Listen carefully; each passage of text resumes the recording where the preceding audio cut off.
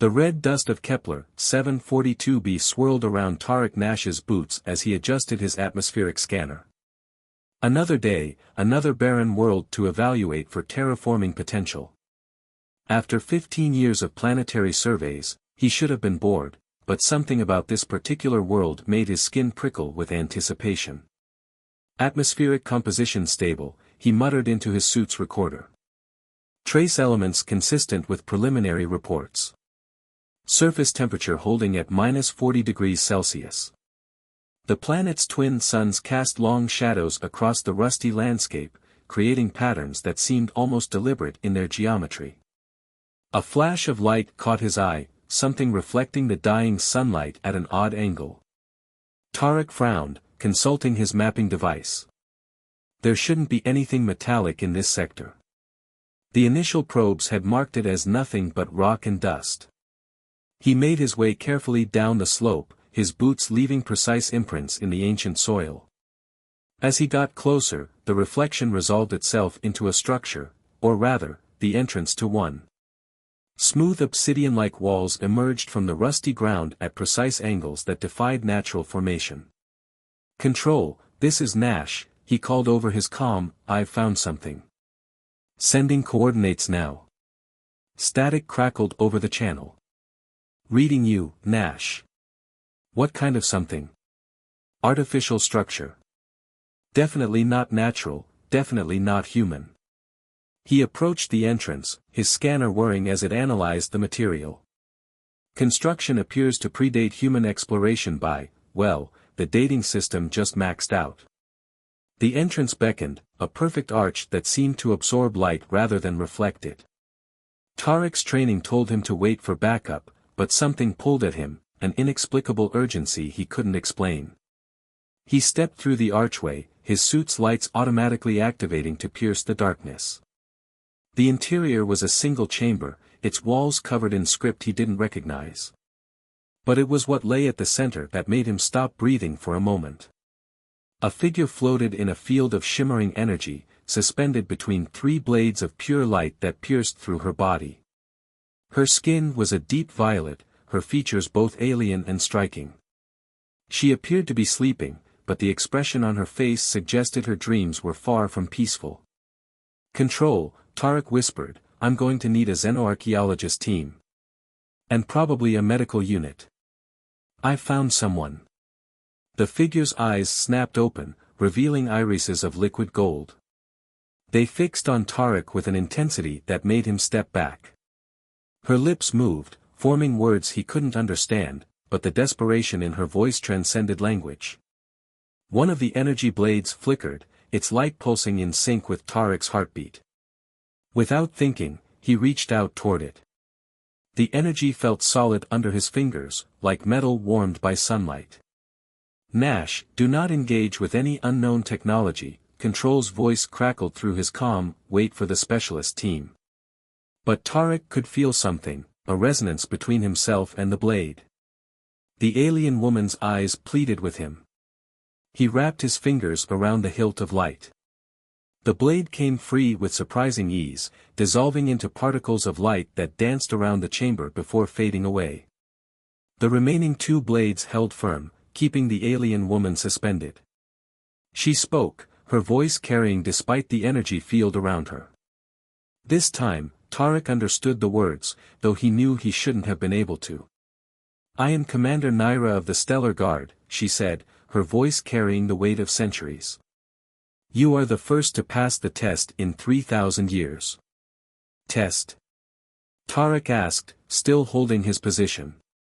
"I didn't know I was being tested." A small smile curved Naira's lips.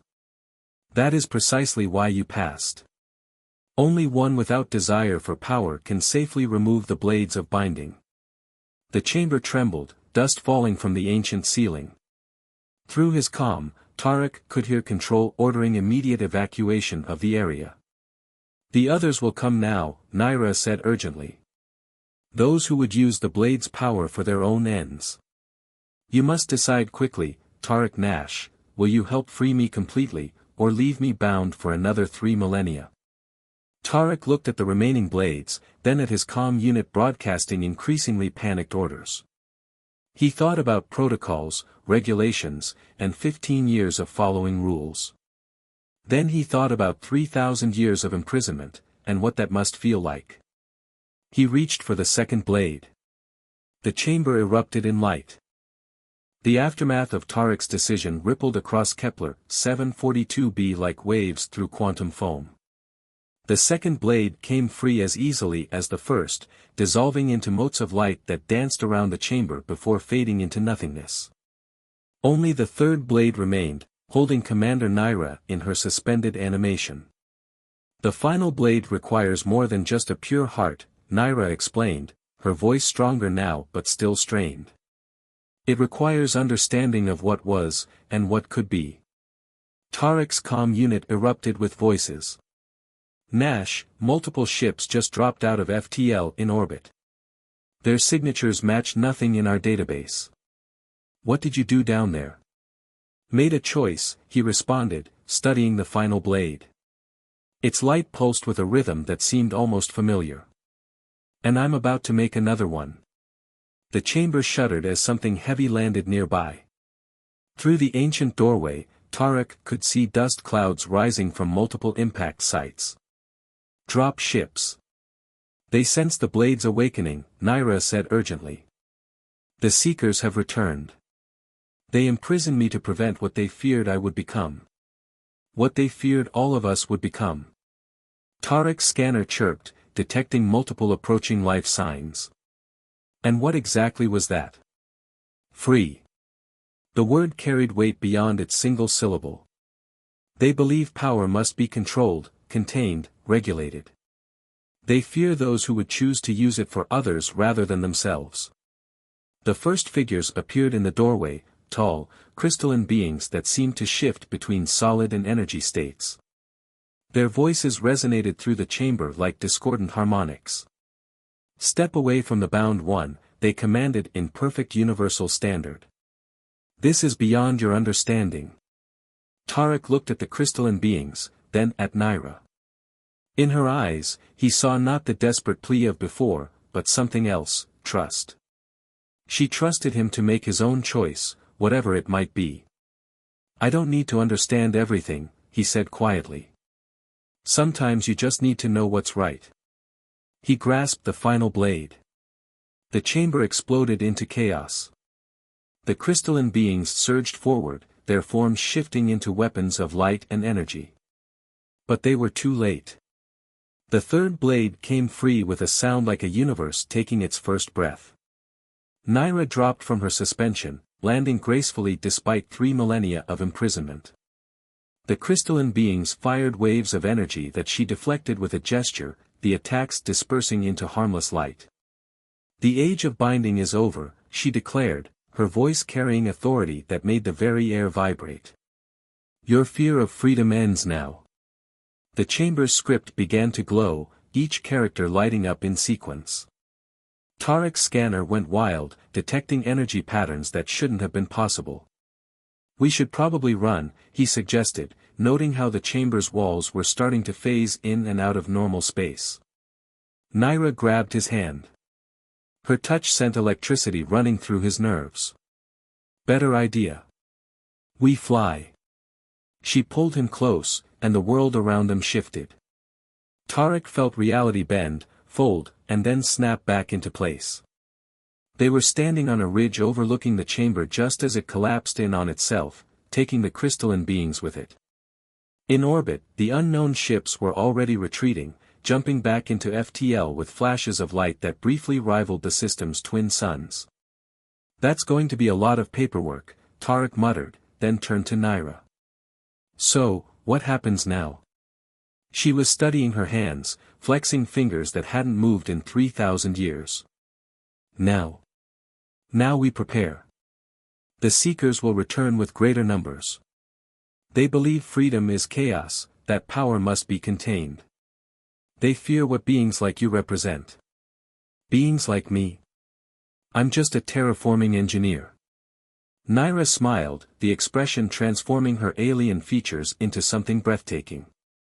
You are someone who chose to help without seeking reward. Who acted on principle rather than profit. Do you know how rare that is in this galaxy? Before Tarek could respond, his calm crackled to life. Nash, what in all the hells is going on down there? We're detecting reality fractures, quantum anomalies, and the orbital defense grid just came online by itself. About that, he sighed. Remember how the company manual doesn't have a section on freeing imprisoned alien commanders? We might want to add one. Naira laughed, the sound like music. Your people are going to have many questions. Yeah, well, get in line. I have a few thousand of my own. He looked at where the chamber had been, then back at her. Starting with what exactly you were imprisoned for. For believing that power should serve life, not control it. She held out her hand, and one of the energy blades materialized in it. For teaching others that true strength comes from choice, not coercion. For daring to suggest that freedom was worth the risk of chaos. In orbit, more ships were arriving, human vessels this time, responding to the station's automated alerts. The sky was filling with lights, like new stars being born. We should go, Naira said softly. Your people aren't ready for what's coming. Not yet. And you think I am? I think you're exactly what this galaxy needs right now. She held out her hand again, this time in invitation. Care to help me prove that freedom and power can coexist with wisdom and choice? Tarek looked at her hand, then at his comm unit still buzzing with increasingly urgent messages. 15 years of following protocols, of doing everything by the book. He took her hand. Control, he said into his comm, I'm going to need an extended leave of absence. The sky above them rippled as Naira's power reached out, preparing to take them somewhere beyond the reach of those who feared freedom more than chaos. Also, he added, you might want to update my personnel file.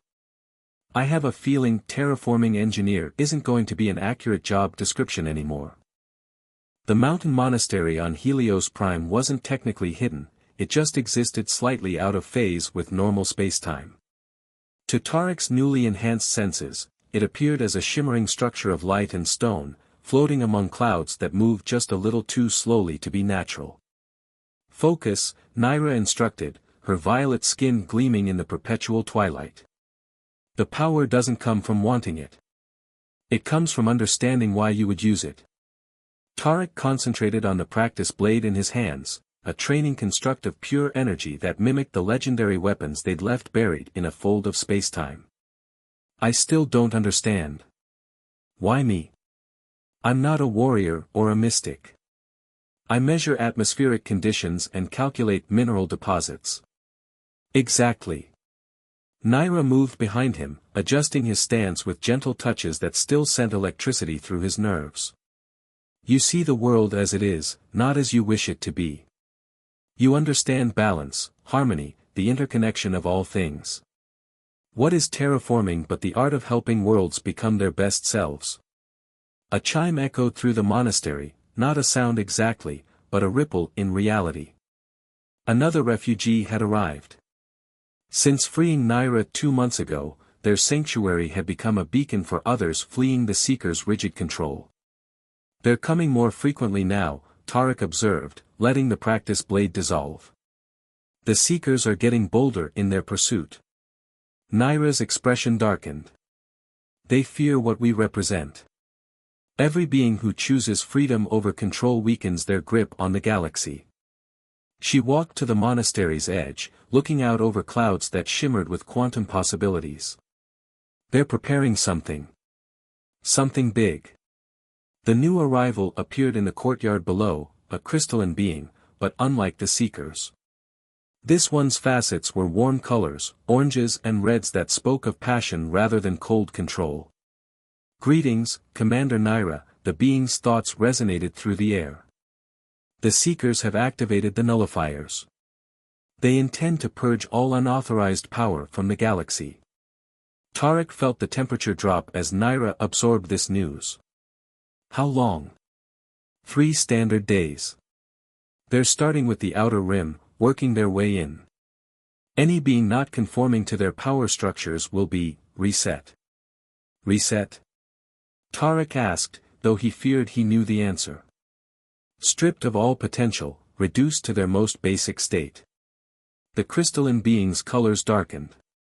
They would rather destroy the galaxy's potential than risk losing control of it. Naira's hand found Tarek's, squeezing gently. Show us, she commanded.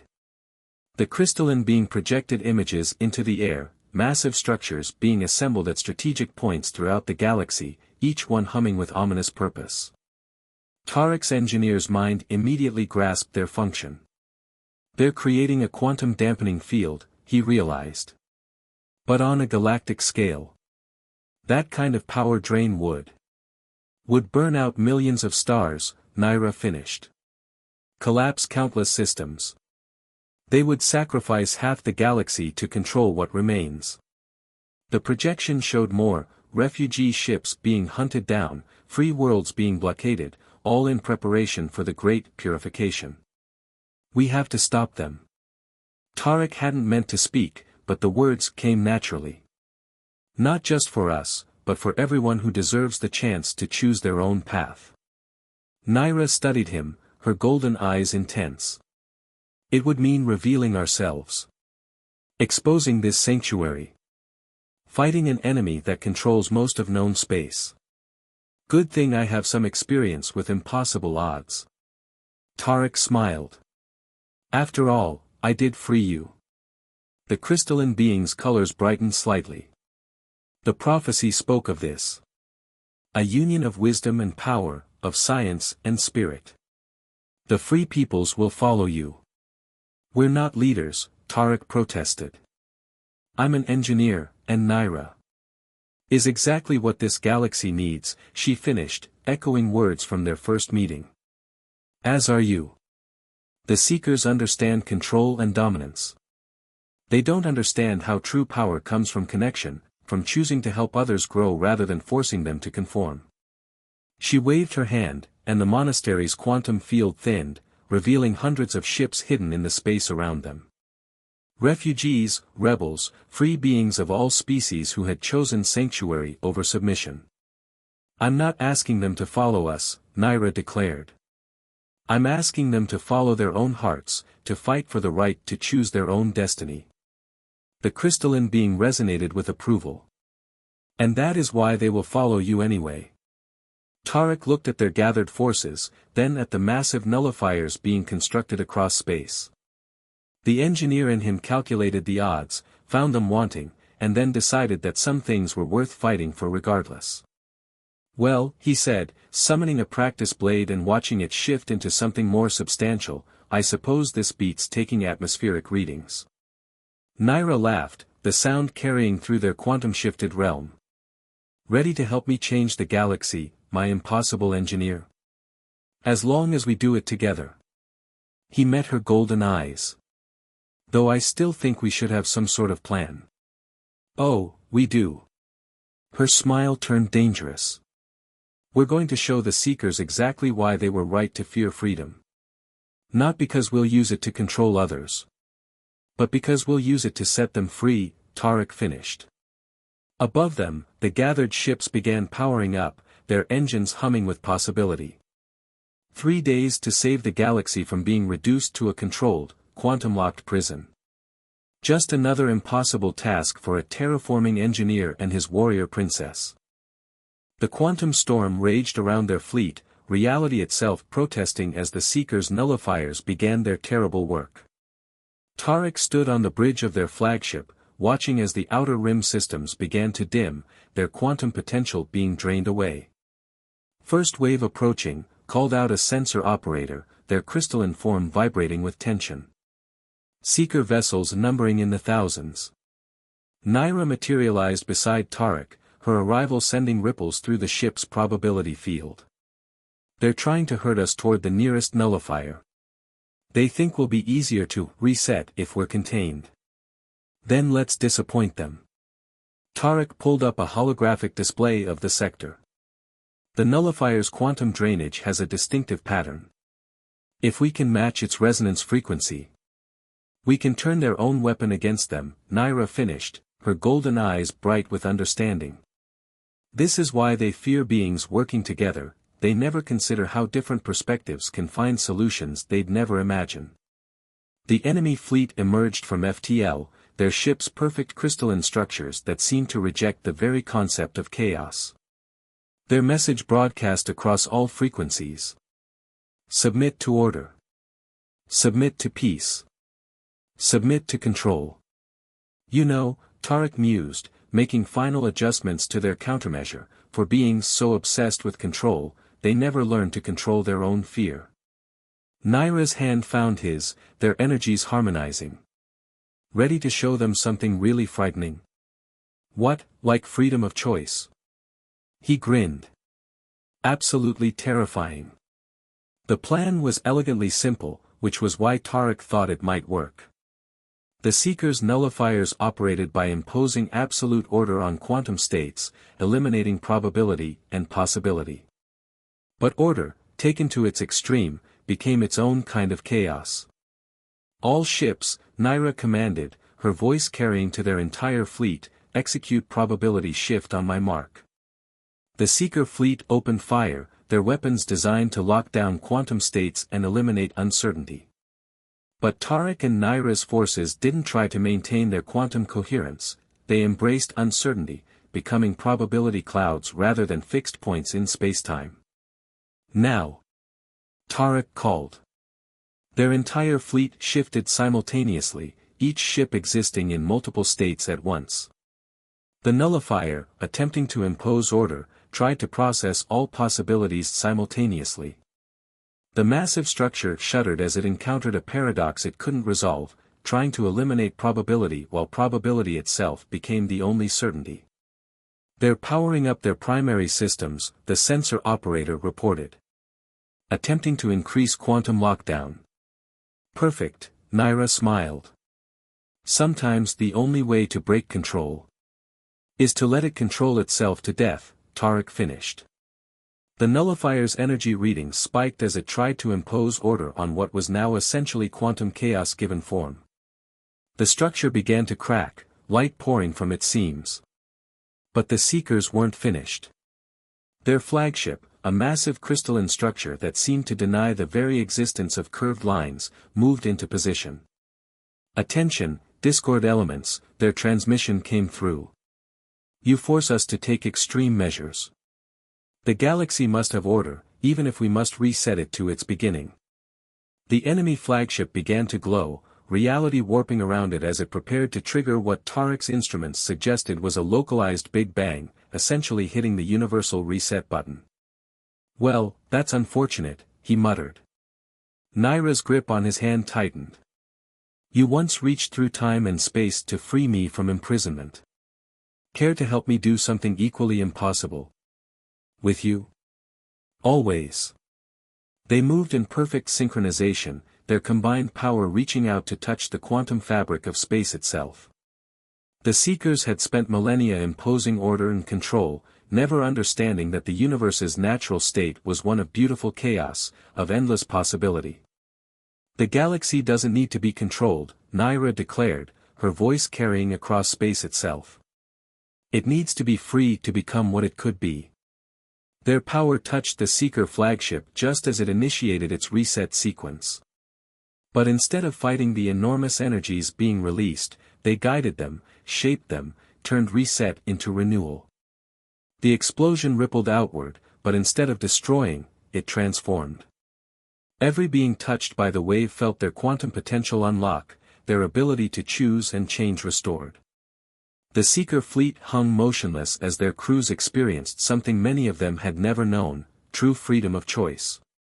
Warning, the sensor operator called out, their crystalline form vibrating with excitement. Quantum cascades spreading throughout the sector. The nullifiers are, there. They're becoming something new, Tariq observed, watching as the massive structures transformed, their rigid geometry flowing into organic shapes that celebrated possibility rather than denied it. Naira laughed, the sound carrying through their quantum link to touch every ship in both fleets. And that, my dear engineer, is how you terraform a galaxy. The Seeker's ships began to change, their perfect crystalline forms becoming more varied, more individual. On their bridge, Tarek and Naira watched as the rigid order of the old galaxy gave way to something new, something free. "Think they'll forgive us for forcing freedom on them?" Tarek asked. "We didn't force anything," Naira corrected. "We just gave them the chance to choose. What they do with that choice is up to them." Around them, space itself seemed lighter, more alive with possibility. The quantum storms calmed, but instead of the dead certainty the Seekers had wanted, reality settled into a harmonious dance of probability and potential. "So," Tarek said, looking at the transformed galaxy. "What do we do now?" Naira's smile held all the mystery and promise of quantum uncertainty. Now we help everyone learn how to be free." 1 year after what historians would come to call the quantum liberation, Tarek stood on an observation deck of the newly established Harmony Station. Below, the world of Kepler 742b had been transformed, not just terraformed, but quantum-formed into a symbol of what freedom and choice could create. "Still checking atmospheric readings?" Naira's voice carried amusement as she materialized beside him, her violet skin shimmering with contained power. "Old habits," he smiled, putting away his scanner. "Though these days I'm more interested in monitoring quantum harmony than oxygen levels." The planet below bore little resemblance to the barren world where he'd first found Naira. Crystal spires rose through clouds that shifted colors with their inhabitants' moods. Former Seekers worked alongside the very beings they once hunted, all of them learning that true power came from creation rather than control. The last of the transformed nullifiers came online today, Naira reported, joining him at the viewport. "They're calling them possibility engines now. Instead of suppressing quantum potential, they help channel it constructively." "And the Seekers? The ones who chose to maintain their old ways? Given sanctuary in a sector of their choosing. They're free to maintain their order there, as long as they don't impose it on others." She smiled. "Some are even beginning to experiment with controlled chaos." Baby steps. A ship emerged from Quantum Shift nearby, one of the new hybrid designs that combined Seeker crystalline technology with organic flexibility. Its crew would include beings from across the quantum spectrum, each contributing their unique perspective to the galaxy's evolution. "You know," Tarek mused, "when I filed that leave of absence from my terraforming job, I didn't exactly expect to end up helping restructure the fundamental forces of the galaxy." Naira laughed, the sound still sending shivers through quantum space. "No one expects to change everything. That's why you were perfect for it. The ones who want to change the universe usually want to change it into what they think it should be. Instead of letting it become what it could be," he finished. It had become their shared philosophy, the foundation of the new order they'd helped establish. Not an order of control, but one of possibility. A chime sounded, not a physical noise, but a ripple through probability space. The Quantum Council was convening, representatives from all species gathering to discuss the ongoing transformation of their society. "We should go," Naira said. "They'll want our input on the new education initiatives. Teaching beings how to handle quantum potential responsibly is proving interesting." "Just remember what you taught me," Tarek responded. "Power doesn't come from wanting it. It comes from understanding why you would use it." She took his hand, their energies harmonizing automatically now. "Ready to help shape another impossible future? With you? Always." As they prepared to quantum shift to the council chambers, Tarek caught a glimpse of their reflection in the viewport. A former terraforming engineer and an ancient warrior princess, both transformed by choice and possibility into something new.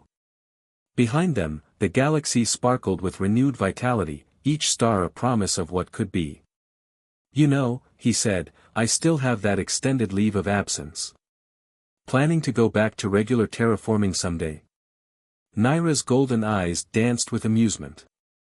"Actually, I was thinking of submitting a revised job description. Quantum harmonics engineer has a nice ring to it." "Always the engineer," she teased. Even when helping reshape reality itself. Hey, someone has to make sure all this possibility maintains proper safety protocols. Did you see what happened in the Carina sector last week? An entire star cluster decided to experiment with non-Euclidean geometry. Gave everyone quantum hiccups.